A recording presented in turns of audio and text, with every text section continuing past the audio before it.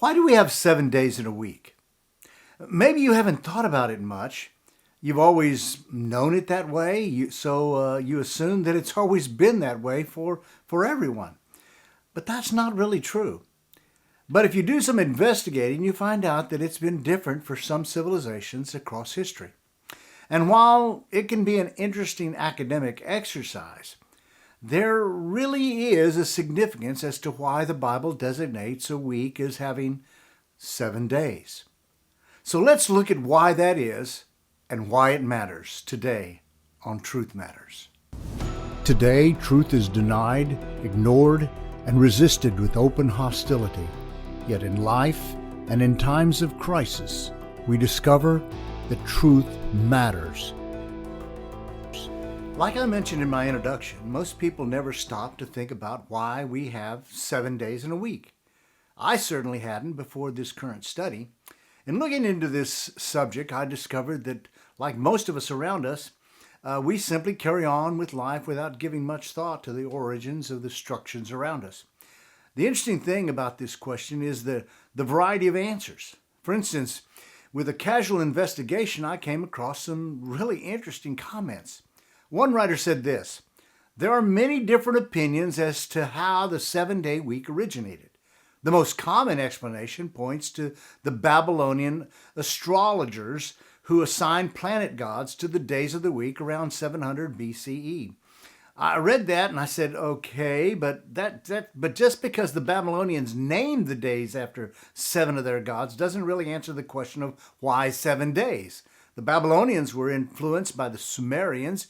They had 7 primary gods, but they also had 10 major gods and many more demigods and primordial gods. You get the picture." I also found a comment from another writer that was a little more straightforward. They said, "Who decided to have 7 days in a week?" There was no consensus on this, however. For a time, both the 8-day and 7-day calendar weeks were observed in Rome. 378 years after the Julian calendar was formed, Constantine, the first Christian Roman emperor, made the 7-day week the official standard for calendars. I love how politicians and world rulers became involved in and changed this. I guess that provides some of the context with the way daylight savings time is bounced around because someone somewhere decided that it would be a good idea. But I digress. The point is, there is no real consensus.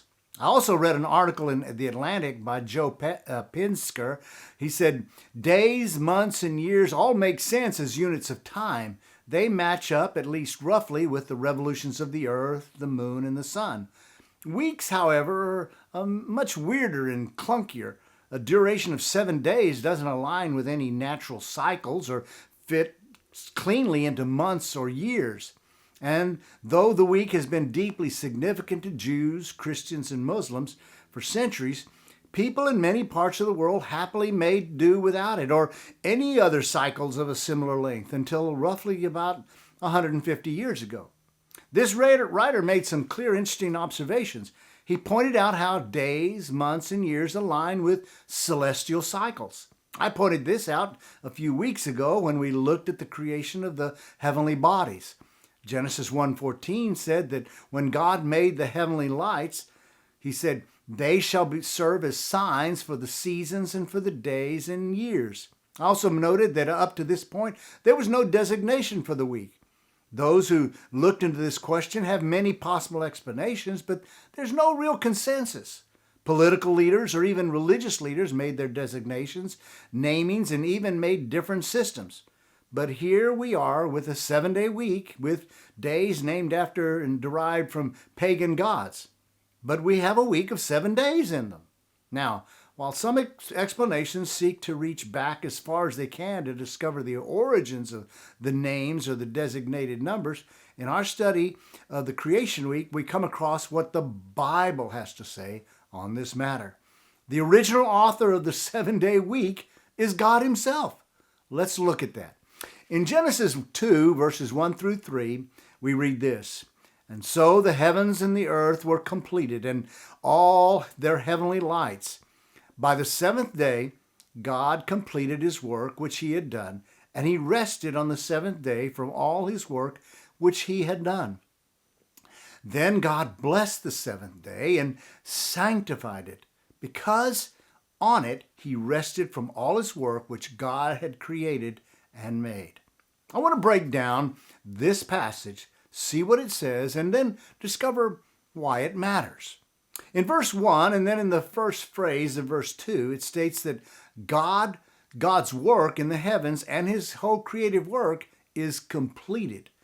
The creative work of God on the universe was finished.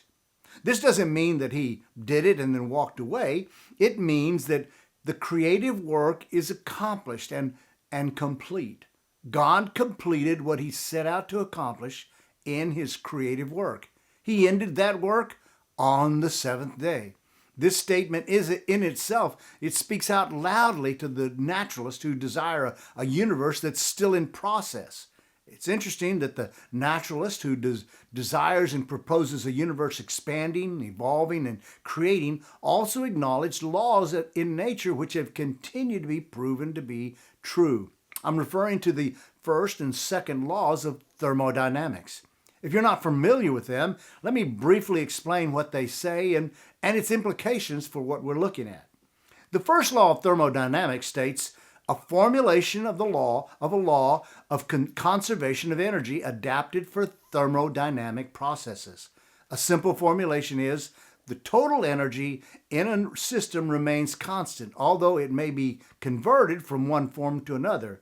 Another common phrasing is that energy can neither be created nor destroyed in a closed system. Simply stated, it says that all that is all that is. The universe is a closed system. God finished his creation, and that's all there is. Stuff changes from one form, but there's no more new stuff. Everything that is here comes from stuff that's already here. God said that he made all the stuff, and he finished making stuff. There's also the second law. It states that in an isolated system, entropy will always increase with time. One simple statement of the law is that heat always moves from hotter objects to cooler objects or downhill unless energy in some form is supplied to reverse the direction of heat flow. Let me provide you a simple example. You have an electric stove. You turn it on and inject energy or heat into the elements, and they get hot. Once you turn the energy off, the elements don't continue getting hotter or even staying hot. No, they become cool. They begin to cool off. It's called entropy. The energy of stuff is cooling down. Things degrade unless something is injected to change that. The universe is not eternal in the past, or else it would have already wound down. It had a beginning. It's not evolving upward, just the opposite. It will have an ending. The Bible tells us this long before science formulated their discoveries. Hebrews 10, 1 through 12 says, "And you, Lord, in the beginning laid down the foundations of the earth and the heavens, and these are the works of your hands. They will perish, but you remain. They will wear out like a garment, and like a robe will be rolled. You will roll them up. Like a garment, they will also be changed. But you are the same, for your years will not come to an end.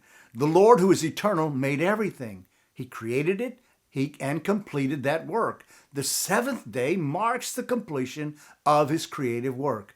And the scriptures tells us that he rested from his work of creating on the seventh day. Now, he didn't really rest because he was tired. He rested because he had finished what he'd set out to accomplish in creating everything.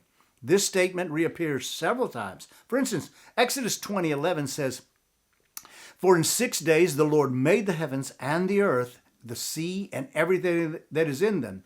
He rested on the seventh day." And so, the seventh day is marked by God as the day that he declared his finishing of his work of creating everything and resting from that work.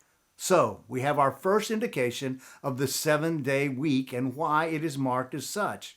But let's examine what God declared concerning this day. In verse 3, he says, God blessed the seventh day and sanctified it. At the conclusion of the earlier days, God declared that the work that he had done was good or very good. This indicates his pleasure concerning the work. Here, God gives a blessing to the day. No other day has such an invocation. This is not so much a blessing on a day itself, but on what the day signifies. This is the day on which his work is completed. It's like an artist completing a masterpiece. He sits back and he smiles with satisfaction. For now, what he had in his mind is now taken form, and it is finished. But there is more. The scripture also says he sanctified it. The Hebrew word is kadesh. It means holy, set apart, is altogether different.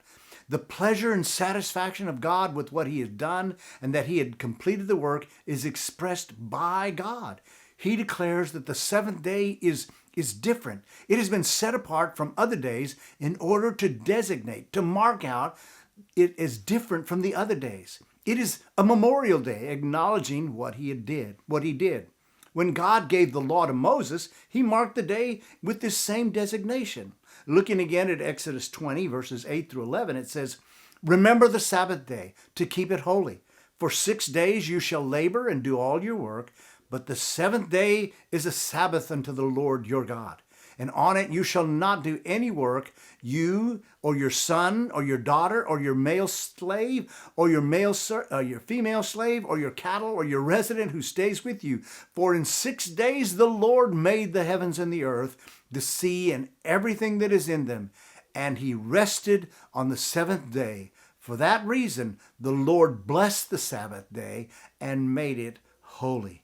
God worked creating for 6 days, and then on the seventh day, he rested from his creative work.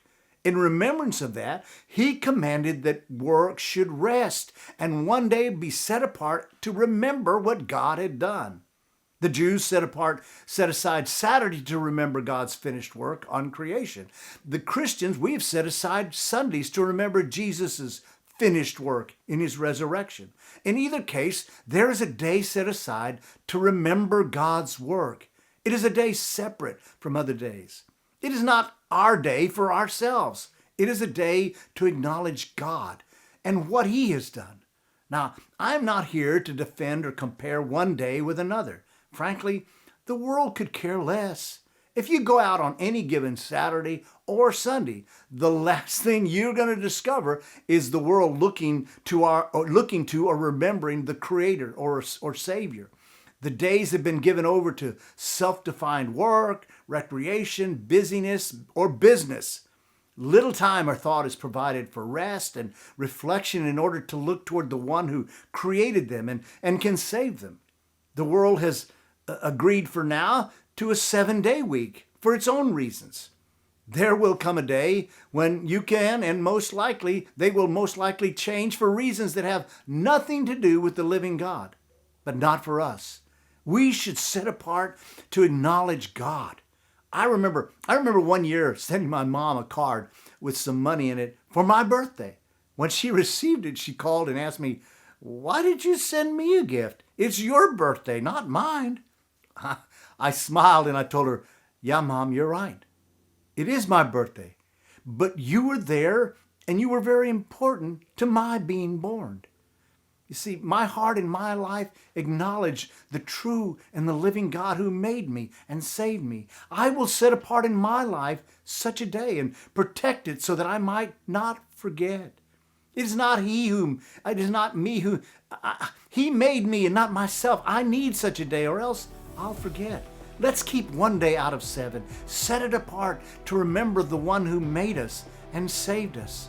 The Lord gave us this pattern so that we should follow it.